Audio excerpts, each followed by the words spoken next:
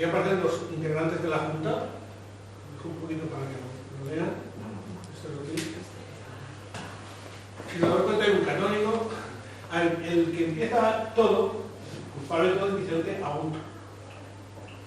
De hecho, me mandaron información de escuelas pías de Valencia, que todavía existe, lo que pasa es que no les quedaba con esa información, o no 4 datos, pero sí que es cierto que Vicente Agut fue el primer escolatio que empezó las clases en esperanto en la formación.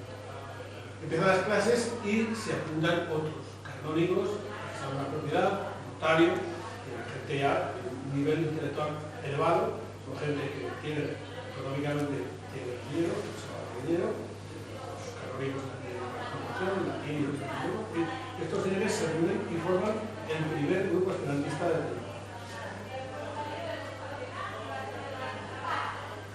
Esto es el número de sociedades, la evolución de las nuevas sociedades esperantistas.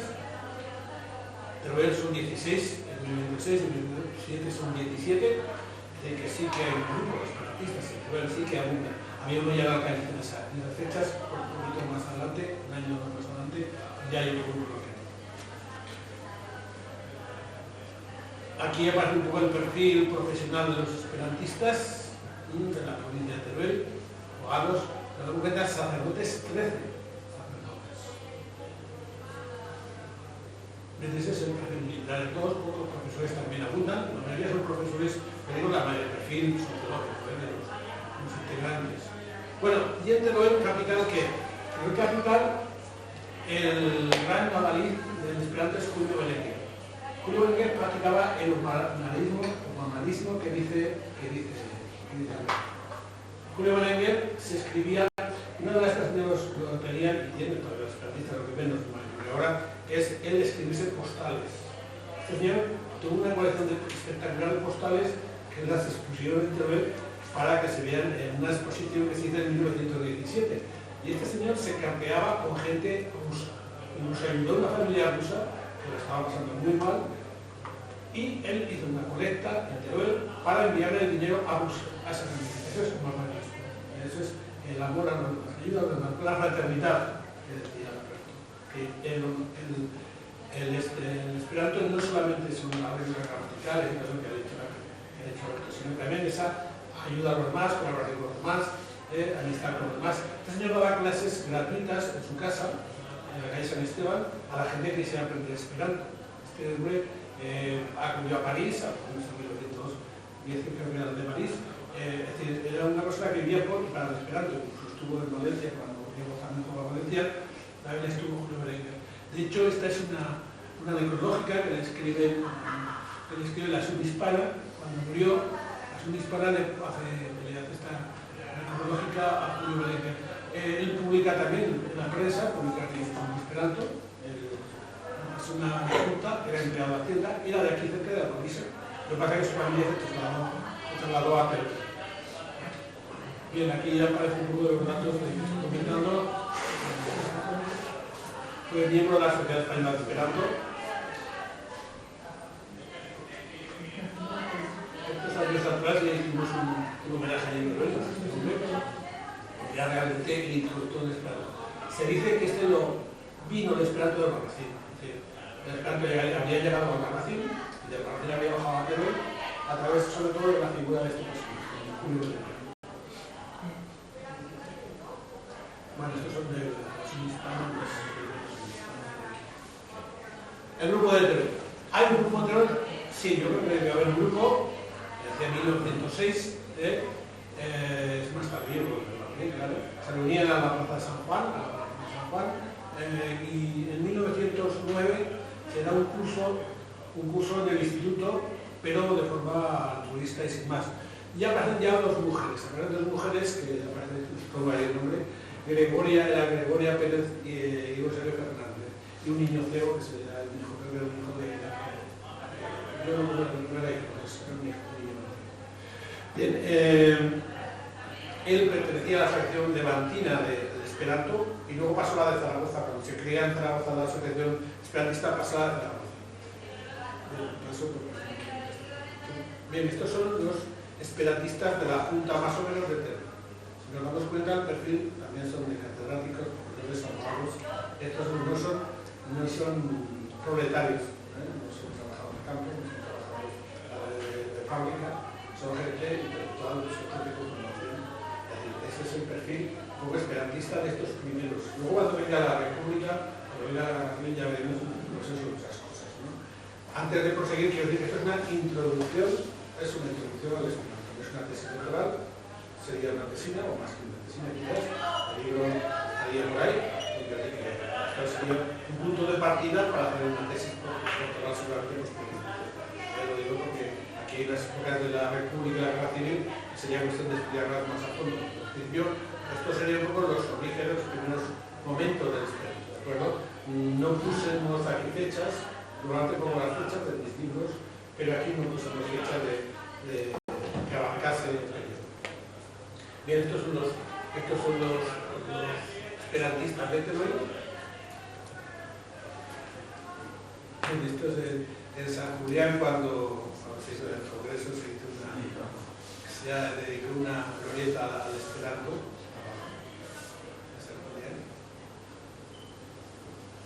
Así, en 1911, ante la presión tan grande que había, la presión tan enorme que había en torno a la enseñanza del esperanto, el gobierno acepta que se implante el esperanto en los institutos y en las escuelas normales, no en los colegios, institutos y escuelas normales y escuelas de comercio también había entonces, es decir, en alumnos ya elevados. El problema es que no tenían reconocimiento académico, tenían que darlas gente de la sociedad española esperantista, pero no tenían reconocimiento académico, simplemente era un título más que tú aprendías y esto. Entonces se empiezan las clases ese año, 1911. Empiezan las clases y Julio Berenguer da clases en el colegio del Cuarto de Jesús, también da Gregoria Pérez López, y que de alguna manera se pretende que se extienda el esperanto, pero no sabemos el resultado de las clases. No podemos si a partir de aquí aumentaban la matrícula, etcétera, si funcionó o no. Pero lo cierto es que empezaban las clases de estos centros porque era necesario para que el esperanto se extendiera. Bien, hay más grupos, como decíamos, hasta 16, en localidades pequeñas que ni nos lo imagináis. No nos podemos imaginar. Por ejemplo, en Udal hay un grupo esperantista. Udal, que está ahí metido en el estado de la sinagoga, y hay un grupo formado por 6 personas que realmente se reúnen para aprender y hablar esperanto. Puerto Mingalo también hay otro grupo esperantista, es un de casualidad. Nogueruelas, en Alfambra, en Pitarque, Cueva de Almudén, en Alcañiz, que ese Alcañiz lo he puesto ahí en las escuelas que no puedo hablar más concretamente. Bien, como vemos, pues parece que no, pero el esperanto llega a estos pueblos que están a 1.400 kilómetros y que entonces las comunicaciones eran complicadas, o sea, no había casi ni caminos. Entonces es tremendo porque además el minuto presencial. Y uno de los responsables es Serafín Villarroya. Serafín Villarroya es un personaje extraordinario, se inventa una especie de esperanto diferente que es el Fajepirro. Era el de Cuevas de Almudén. Este personaje era especialista en construir relojes de sol. Incluso hizo algún estudio sobre los relojes de sol que se construían hasta entonces y decía que algunos de ellos se construían mal, que no eran exactos. Publicó este librito de etnomónica, que es la ciencia del estudio de los relojes de sol. Y es un personaje muy interesante porque enseñaba a los agricultores a cultivar la tierra, les daba explicaciones. La pena fue que cuando empieza la sublevación era libre pensador, era esperantista y esas cosas que a veces van asociadas. Entonces libre pensador, esperantista y esas cosas a veces van asociadas. Cuando empieza la sublevación estaba en un pueblo de Zaragoza cerca de Egea de los Caballeros y lo fusilan. Y le llevaban a otro estado. De hecho, tuvo categoría para dedicarse en un siglo. Hace unos tiempos en su pueblo, en Cuevas de Almudén, le hicieron un homenaje, unos años ya, porque era un personaje especial, un personaje extraordinario. Alcañiz. El que inicia todo el tema del esperantismo en Alcañiz es Modesto Millán Jimeno, que es un escolape. pedí información sobre a los escolapios del Cañete y no conseguí mandarse información. No sé qué habría, si habría archivos, no habría archivos. Realmente para una investigación más a fondo habría que meterse más en la harina, ¿no? Para poder formar lo que allí. Pero sí que se forma un grupo y aunque hay clérigos, porque por ejemplo en mi caso yo tengo el presidente es rector de los escolapios, otros escolapios, como hacía en había colegio, pues llegó también, los escolapios llegan hasta acá. Y el comerciante procurador, hay una mujer también, Ramona Andreu, que es vocal, y María López. Esta es la junta rectora del grupo esperantista de Argenín. Hacia 1909, parece que desde 1904-1905, este escolapio, Modesto Miñán, es el que intenta formar el grupo. Debe costar bastante formar el grupo de Argenín. Pero al final se forma. El problema es que no sabemos qué desarrollo tuvo posteriormente, como de la gran mayoría de los que hemos visto. Pasaría falta otra investigación posterior para publicar otro libro, etc. Pero bueno, que sepamos, esos esperantistas de Almería. Luego hablaremos de Sara Maynard, que también da clases, pero esa ya da clases de Sara Maynard da mucho más cercana. Sara Maynard sonará y ya hablaré de ella y hablaré de Sara Maynard. Es más conocido de esta mujer.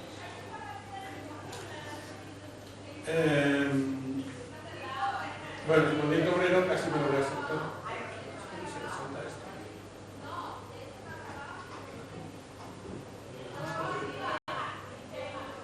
Por favor, ¿podría usar el micrófono? Si con el ruido de las vale. desde aquí se oye fatal. Sí, el grupo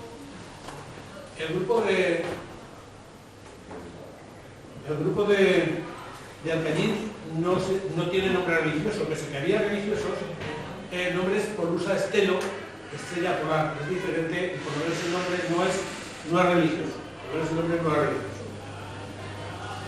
Bien, nos saltamos del movimiento obrero, bueno, dejo para que lo lean si quieren un poquito por encima, pero no me extiendo más en el movimiento obrero, no sé, bueno, el esperanto es para gente de derechas y gente de izquierdas, Miguel Sánchez Izquierdo, la de Calanda, fue procurador falangista, fue procurador en Cortes franquista, fue rector de la Universidad de Zaragoza, fue, ya digo, diputado, procurador en Cortes, y ahora sí, fue procurador en Cortes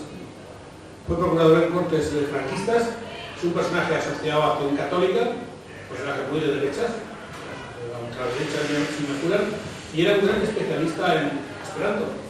Se dedicó a predicar el Esperanto con el Frateco, Zaragoza fue presidente de Frateco, y se dedicó a explicar y a dar clases de Esperanto por toda España. Es un personaje curioso, Santiago, para que veamos que el Esperanto entra en todas las ideologías, en toda gente de derechas y de izquierdas. Ricardo Mayer es maestro de Calamocha, que aprendió el Esperanto, y él dice que llegó a aprender por correspondencia. Se puede llegar a aprender Esperanto por correspondencia, él debió aprender Esperanto por correspondencia. Publica unos cuantos artículos en la asociación, que era la empresa profesional del magisterio, intentando que los maestros se sumasen al Esperanto. Y no sé por qué razón los maestros no se unían no sé por qué no llegaban a aprenderlo. Él estaba un poco defraudado por la clase profesional porque no se unía al Esperanto. Él decía que era muy fácil, que era sencillo, daba explicación de sus artículos y apareció uno de Ricardo Mayer en la asociación y sus compañeros no lo hacían eso. Aquí hablo de Ricardo Mayer, fue procesado también.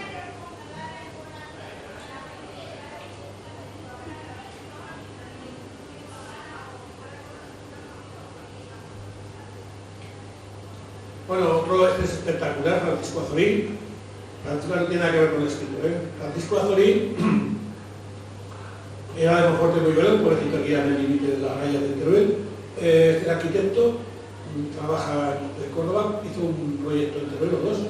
Es un personaje que escribe, fue compañero de Pablo Iglesias, que hablaba inglés, francés y demás. Cuando Pablo, él va a Madrid a estudiar arquitectura y entonces militaba en el PSOE, no sé si entonces militaba para militar, Y un día le presentaron a Pablo Iglesias, Pablo Iglesias es de aquella época, ¿no? Y él se sintió fascinado con Pablo Iglesias, dice que el abuelo que le llamaban, de que tenía un halo de no sé qué, y entonces que le impresionó mucho, se quedó prendado de Pablo Iglesias. Y entonces a partir de entonces, como hablaba inglés y francés, cuando iban a los congresos de las internacionales socialistas, acompañaba a Pablo Iglesias. Y entonces, en Dinamarca, les pasaron un papel con una lengua que Azorín no entendía. Y le dijo, esto es esperanto.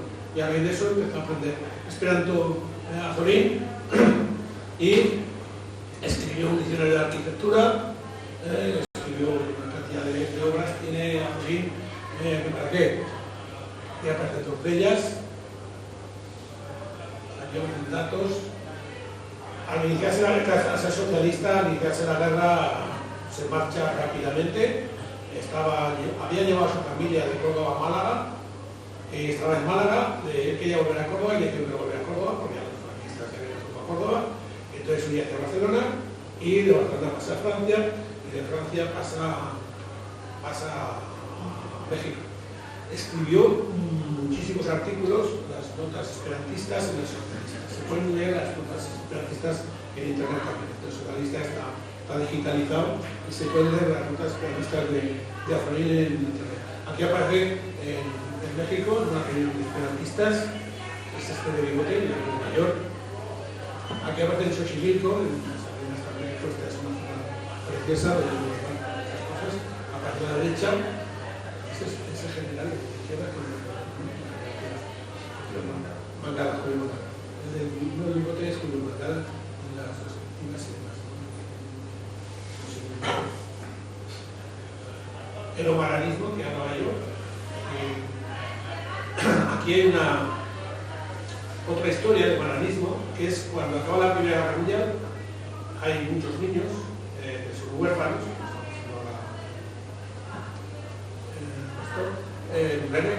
y entonces se plantea desde Teruel, desde Aragón, desde Ateco y desde Aragón, se plantea traerse niños de esos para que de alguna manera no sufran la posguerra en Austria. Pero desde Teruel y desde Zaragoza se traen niños para que pasen temporadas aquí. Algunos se quedaron y otros ya se marcharon, se volvieron a cabo el tiempo de las tierras. Ahí aparecen los 4 niños, la foto con los 4 niños que llegaron a Teruel. Yo ahí los clérigos se pusieron a hacer, les hicieron hacer la comunión, algunos. Y porque es que en Teruel, en Zaragoza nos llevaron a familias esperantistas, pero aquí nos llevaron a colegios religiosos. Claro, los colegios religiosos nos dijeron que tenían que bautizarlos, tenían que un lugar, entonces pasaron por el año. Los 4, si veo la fotografía, no sé cuántos niños, 4 niños fueron traídos de Austria, y es un poco también, está en la idea del humanismo, es decir, ayuda a los demás, cariño a los niños. Bueno, y hablo ya de Sara Mayna. No sé si os suena Sara Mayna. Sara Mayna es la primera. Ella no era de Alcañiz, había nacido en Zaragoza, pero su casa está aquí. Ahora hemos bajado andando por el aparcamiento, estaba la casa Minar. Una casa Minar descendiente de los Minar. Esta chica es la primera abogada en Aragón que con el periódico Estampa. El periódico Estampa es un periódico de los 30 y aparece con el título. Las alumnas, he puesto ahí las alumnas de Julio Belenguer. En este librito, no sé si lo conocen, el librito Los 50 años de la historia del Instituto de Alcañiz, la publicaron dos profesores, José María Maldonado, el bombardeo que digo yo, y luego Cándido Márquez. Estos publicaron la historia del instituto y le dedican un capítulo a ella como directora, porque fue 25 años directora del instituto de aquí.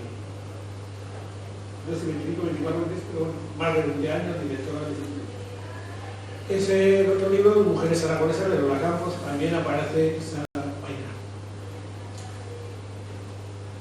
Yo le dedico un artículo en el periódico a Sara Mayna, un periódico, y aquí aparece la página donde aparece ella ya de mayor.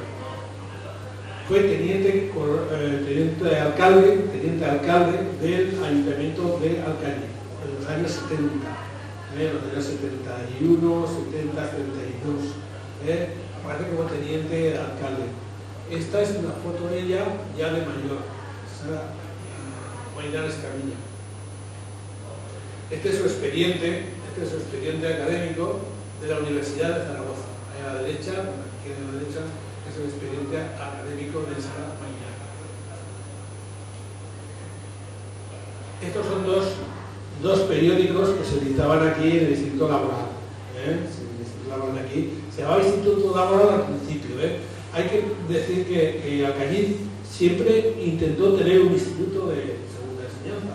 Peleó ya en la época de la República, cuando venía Marcelino Domingo, que fue ministro de Educación, y era de aquí, de al lado de Tortosa, sí. Cuando venía Marcelino Domingo, ya le pedían en los mítines en los años 30 que le construyeran el Instituto Alcañiz. Ya, y de hecho lo prometieron en algunos de los mítines, prometieron que Alcañiz tuviera un instituto, pero no consiguieron. Luego vino la guerra, la posguerra, etcétera, y hasta el año 1950 Alcañiz no tuvo instituto.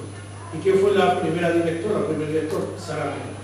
Sara Maynard fue la primera directora del año 50 hasta el 72, 73, luego volvió a ser jefa de estudios. Es un personaje un poco polémico, porque al ser teniente alcalde en la época franquista, pues bueno, ahí tiene cosas que, por ejemplo, yo he encontrado que hizo un informe, bueno, una comisión que analizó la trayectoria de Emilio Díaz. Eso sí que lo habéis oído, que le cambiaron el nombre del colegio, 4 días. Yo conozco gente que hace días que las hubieran cambiado, porque Emilio Díaz es un personaje un poco funesto para mí, para otra gente a lo mejor es dinero, no sé. Para mí es muy claro. Con esto ya se intentó cambiar, no sé, con San Ramón Villanueva, el historiador, si no lo conocen ustedes, San Ramón Villanueva ha hecho que este sirve contra este personaje, ¿no? Etcétera. En mi opinión, vamos, toda la gente le diría lo contrario. Y Sara Maynard hace un informe en el cual se ahorran muchas de las cosas que hizo Emilio Díaz. En fin, es un informe muy benévolo, lo afirma ella, pero claro, en la época franquista no sé, cada uno de otra manera, ¿no? Por eso digo que es un poquito polémica. ¿Qué es lo más interesante? Pues que daba clases de esperanto. Conocía esperanto. Su padre era Manuel Maynard, de segundo apellido, y su padre fue uno de los dirigentes, el presidente de Franqueco de Zaragoza. Y ella primero estuvo en un instituto en Teruel, luego en un instituto en Calatayud, o al revés, primero en Calatayud y luego en Teruel, y luego ya se vino a Alcañiz. ¿Por qué se vino Sara Maynard a Alcañiz? Pues un poco parece ser que pudo ser por esa nostalgia maternal de otras épocas, por descender de Alcañiz, por tener ese cariño hacia Alcañiz, no lo sé. La verdad es que la mujer se viene aquí y está 20 y tantos años, está media vida aquí la mujer de directora y de concejal. Daba clases aquí en Alcañiz de los años 60, 70, y a dar clases, porque yo no sé cómo narraban, cuándo narraban y nada más. Es cuestión de a lo mejor investigarlo con más detalle, pero bueno, ella acudía a congresos. Su padre, aparte de obligarla a aprender derecho, porque ella aprendió primero derecho, pero después no le gustaba nada el derecho, y fue a Madrid y estudió filosofía y letras en Madrid. Estuvo en la escuela de la residencia de señoritas, no sé si conocerán la residencia de estudiantes. La residencia de estudiantes, donde estaban Dalí, donde estaban y todos aquellos, era la masculina, y la femenina se llamaba residencia de señoritas. Ella estuvo allí, estuvo con Alberti, con mucha gente. Ella estudió filosofía y letras, y fue cuando se vino para acá.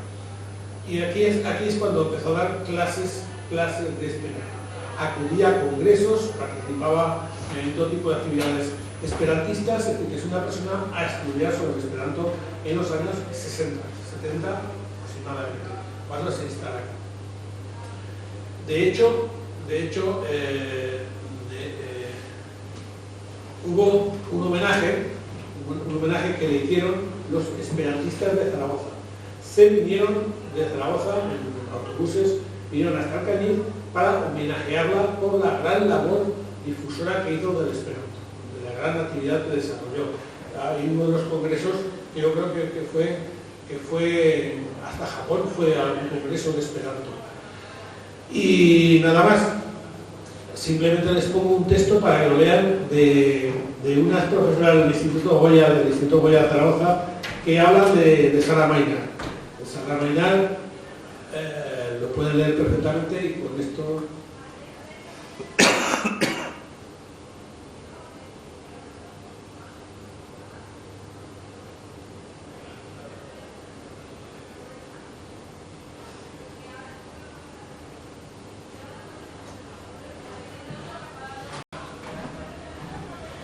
Bueno, pues nada más, por esto concluyo mi exposición. Muchas gracias por venir y nada más.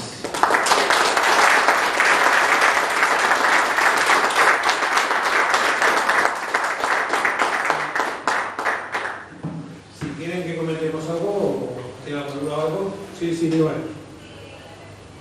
Sí, bueno, yo tengo el honor de haber sido alumna de clases de Esperanto de Sara Maynard. Muy bien. ¿Y cuánta gente iba? Llena de satisfacción. ¿Iba mucha gente o qué? Bueno, yo era muy niña. Fue en los años... a ver... Sí, 70. Sí. Los años 70, 72, por ahí. Sí, estuvo de concejal hasta el 72. No, digo cuando nos dio clases. Ya, pero ella estuvo concejal hasta el 72. Sí. Bueno, pues no estábamos muchos, éramos muy pocos alumnos. Y bueno, la verdad es que resultaba muy emocionante la pasión que transmitía y por otra parte, pues bueno, algo tan exótico, porque no dejaba de ser muy llamativo y al mismo tiempo, pues bueno, en aquellos tiempos aún parecía que era esperanzadora tener esperanza. Y ella nos daba clases, en realidad eran como clases particulares, porque íbamos muy pocos alumnos, y eran clases por la tarde, algún día, después de terminar su horario laboral.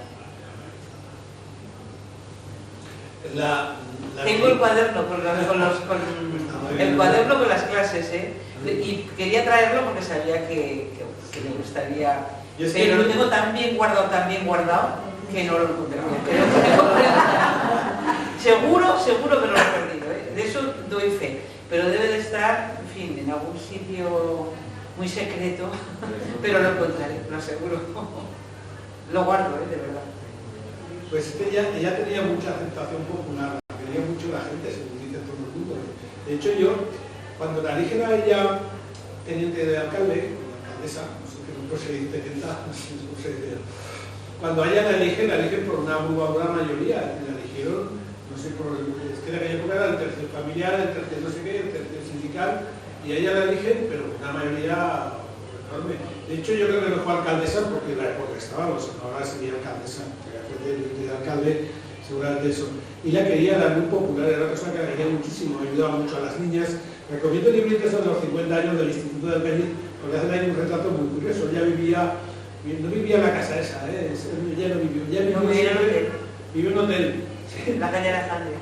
Vivía en hotel, o sea que económicamente debía ir muy bien, porque vivía en un hotel, vivió en 2 hoteles, según dicen los del libro ese, los del libro de los 50 años, vivían en 2 hoteles, vivió en un hotel y luego en otro hotel. Hablan de su vestimenta, de su forma de hablar, de cómo trataban a las chicas, de todas las chicas que les ayudaba muchísimo. Hablan de una chica que se quedó embarazada, que tenía unas historias. Ese libro es muy curioso porque cuenta cosas muy personales de Sara Maynard, pero debe ser una mujer con una personalidad extraordinaria. Y es que vine a presentar libros antes en el libro azul ese de los personajes y me hablaron de ella. Y entonces tomé interés en el asunto, porque me hablaron, cuando estudié ahí en el Palacio de Madrid, empezaron a hablar de ella y me hablaban, tengo que ver esta persona, no se le puede escapar. Y publiqué el artículo y luego recopilando información sobre ella, y la verdad que podía comparar la biografía, pero siempre me ha más. Pero bueno, siempre es una persona singular, y sobre todo también por el esperanto, porque dar clases, imagino que no pagarías nada, serían clases gratuitas. No, por supuesto, clases gratuitas. Fue una persona con muchos contrastes. Sí, no, ya digo que es polémica. Con elementos extraordinariamente positivos y otros no tanto. Sí, pero yo, por ejemplo, no le he encontrado,